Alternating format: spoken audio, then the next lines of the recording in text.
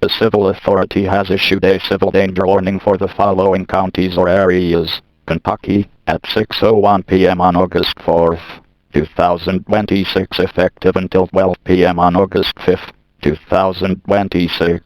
Message from Comcast. This is a message from the Kentucky Emergency Management Agency and the Department of Homeland Security. The known angel anomalies have been reported in the entire state of Kentucky. The Kentucky Department of Homeland Security and the Kentucky Emergency Management Agency has decided to create a barrier around the entire state to not let anyone out or in. These angels attack anyone in their sight. We are advising residents to temporarily shelter in place, have essentials such as non-perishable food, water, clothing, medical supplies, and other essentials. Also have important documents, contacts, any identification, money, and a battery-powered radio with extra batteries, phones, chargers, and a flashlight.